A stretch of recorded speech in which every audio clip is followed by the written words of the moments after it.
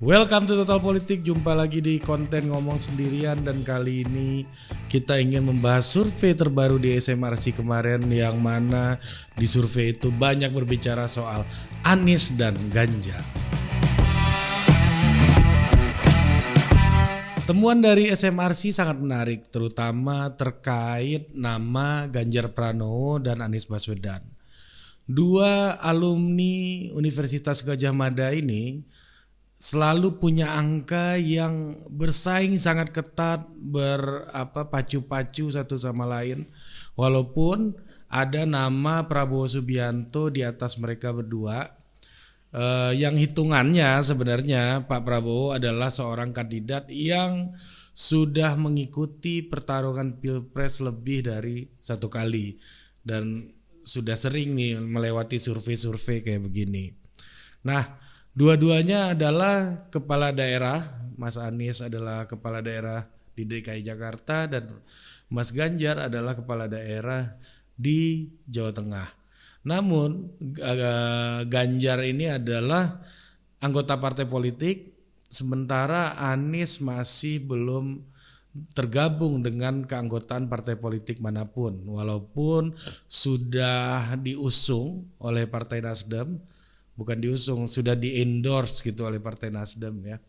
Jadi beliau ini bukan kader partai lah gitu. Nah, kalau kita lihat yang satu ini adalah model kepemimpinan yang lahir dari ujian-ujian politik. Ya, katakanlah partai politik gitu ya yang menjadi sebuah mekanisme ujian bagi kepemimpinan gitu.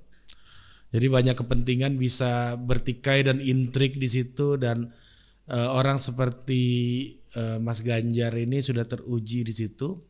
Nah, dia adalah produk partai politik dan walaupun sama-sama anggota partai politik agak berbeda dengan Pak Jokowi ya yang karir politiknya dibangun dalam waktu yang relatif lebih singkat gitu. Dari pengusaha, wali kota, terus gubernur, terus langsung jadi presiden, tidak pernah kalah-kalah gitu. Nah, sementara Mas Ganjar ini adalah seorang kader partai politik yang ngambil KTA, lalu ikut pemilihan legislatif, lalu kalah dan kemudian anggota legislatifnya itu jadi dubes di Korea Selatan kalau nggak salah. Lalu Mas Ganjar yang menjadi pengganti antar waktu ketika itu dan karir politiknya memang dimasak atau dimatangkan di dalam partai politik gitu. Nah, sementara Pak Anies ini berbeda, beliau sudah jadi tokoh nasional duluan gitu. Jadi awalnya jadi peneliti, pengajar, jadi rektor sampai bikin gerakan Indonesia Mengajar yang sangat nge-hype terutama di kalangan generasi gua waktu itu. Nah, tidak ada langsung Pak Anies ini bersentuhan dengan partai politik. Namun kalau beliau punya koneksi ya gue yakin di semua partai koneksinya sangat kuat gitu, terutama di PKS misalnya, PAN, dan yang terakhir kan Partai Nasdem yang sudah bahkan mengendorse Pak Anies untuk maju di 2024. Nah, kalau koalisi itu 3 partai itu sebenarnya udah bisa maju itu Pak Anies tuh udah cukup suaranya. Namun di antara 3 tersebut kalau mendukung Pak Anies kira-kira partai mana yang paling diuntungkan? Nah, itu kita bahas di kesempatan yang lain aja nih. Kita fokus ke hasil temuan dari SMRC dulu hari ini.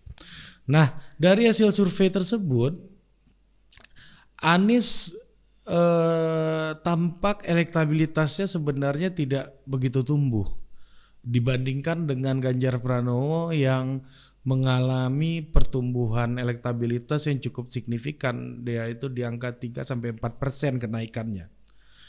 Nah, sementara Mas Anies dengan survei sebelumnya ya nggak jauh berbeda gitu.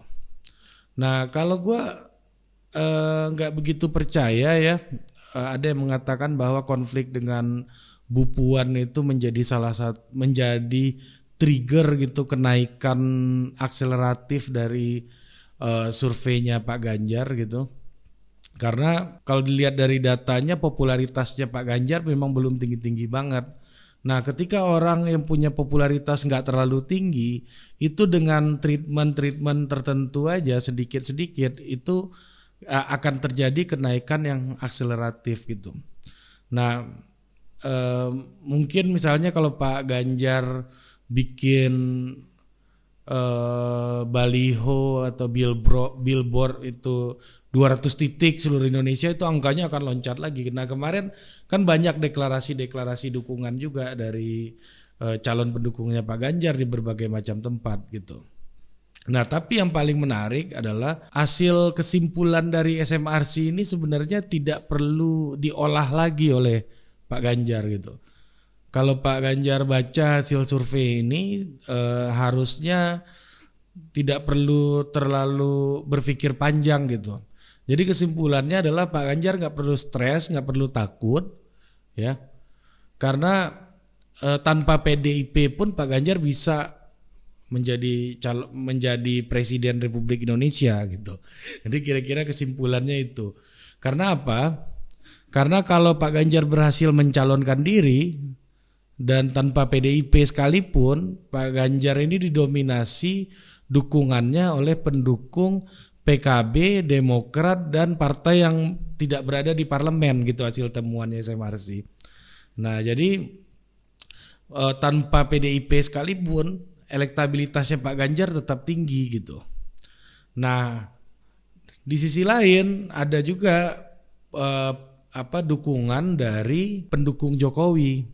Jadi semakin bagus performanya Jokowi, semakin baik juga dukungan kepada Pak Ganjar gitu. Jadi semakin tinggi persepsi publik mengenai kerjaannya Pak Jokowi, juga semakin baik juga dukungannya terhadap Pak Ganjar gitu. Jadi kira-kira temuannya itu. Jadi hasil survei ini sebenarnya ingin mengatakan, Pak Ganjar, Anda kalau memang mau jadi calon presiden, nggak usah terlalu takut, nggak usah terlalu stres. Kalau PDIP nggak dukung, ya udah maju lewat partai lain. Karena dengan maju lewat partai lain, Anda kemungkinan besar menang dari hasil survei ini. Karena apa? Karena pendukung utamanya ada dari basis pemilih partai lain, yaitu yang tadi gue sebutkan bahwa Partai Demokrat, Partai Kebangkitan Bangsa, PKB, dan partai-partai yang non parlemen itu tampak dari hasil survei SMRC ini. Dan yang kedua apa? Pendukungnya Pak Jokowi. Nah, tapi pendukung Pak Jokowi kemarin disuruh sabar oleh Pak Jokowi gitu. Ojo ke susu gitu kan. Jadi disuruh sabar oleh Pak Jokowi, jangan memilih dulu, tetapi kenyataannya ternyata majority adalah pemilihnya Mas Ganjar gitu. Nah, makanya kalau kita lihat hasil dari SMRC, rekomendasinya sebenarnya adalah ya daripada capek-capek berantem, Mas Ganjar keluar dari PDIP aja kok nggak ada masalah kok terhadap elektabilitasnya, oke-oke aja. Karena di survei itu pemilih PDIP dicoba dikeluarkan, ternyata hasilnya tetap tinggi gitu. Nah, ini kekuatan Mas Ganjar menuju pemilu nanti gitu. Jadi ada opportunity lain, ada alternatif strategi jika tetap Mas Ganjar ingin mencalonkan diri di pemilu yang akan datang. Nah, terus Mas Anies gimana?